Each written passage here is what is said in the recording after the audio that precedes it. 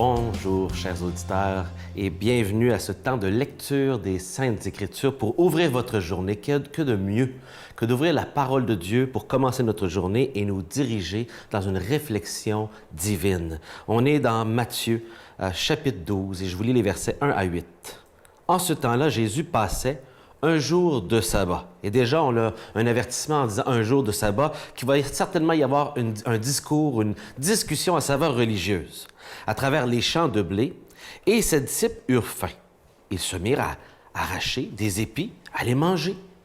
En voyant cela, les pharisiens lui dirent, « Voilà que tes disciples font ce qui n'est pas permis de faire le jour du sabbat. » Mais il leur répondit, « N'avez-vous pas lu ce que fit David? » Il fait allusion ici à une histoire de l'Ancien Testament dans le livre de Samuel.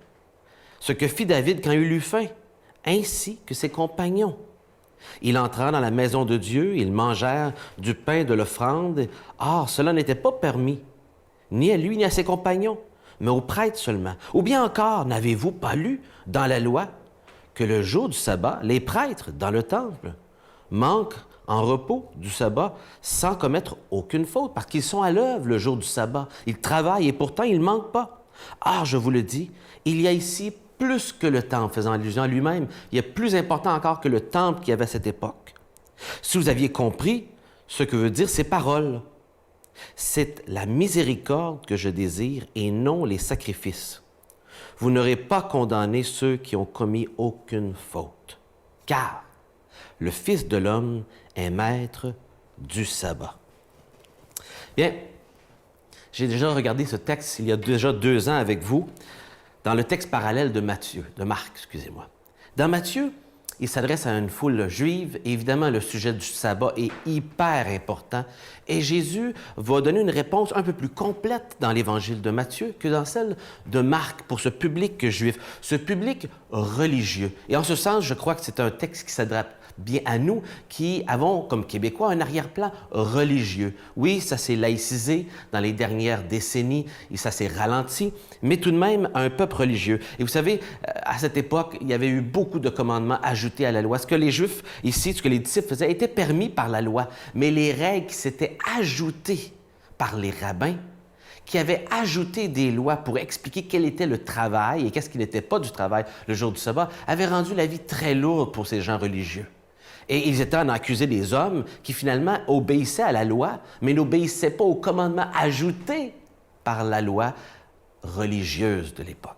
Distinction importante. Et Jésus va faire le commentaire suivant à des hommes qui sont supposés connaître bien la loi. « N'avez-vous pas lu? N'avez-vous pas lu?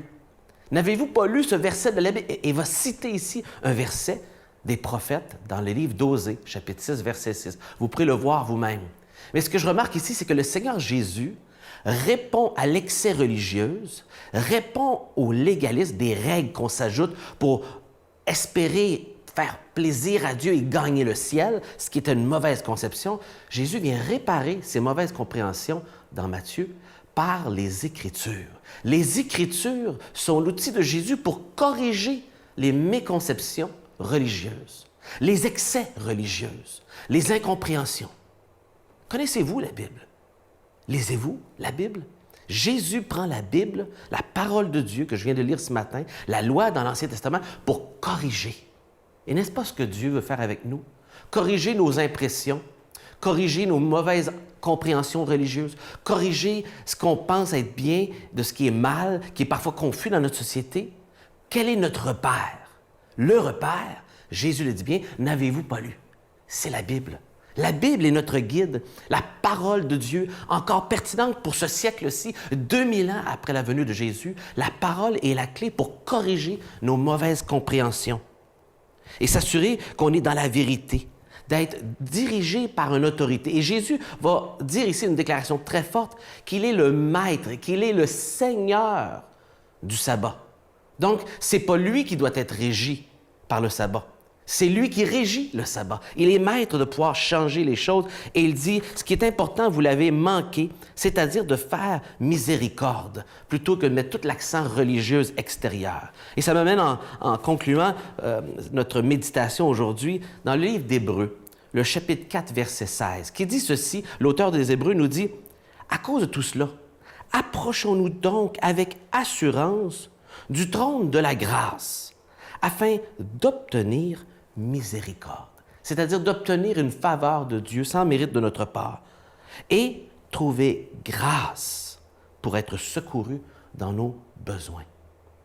Une invitation ce matin à retourner à Jésus, à la parole de Dieu pour trouver la sécurité, le réconfort, la compréhension que seul Dieu, par son Fils Jésus, veut vous donner encore aujourd'hui.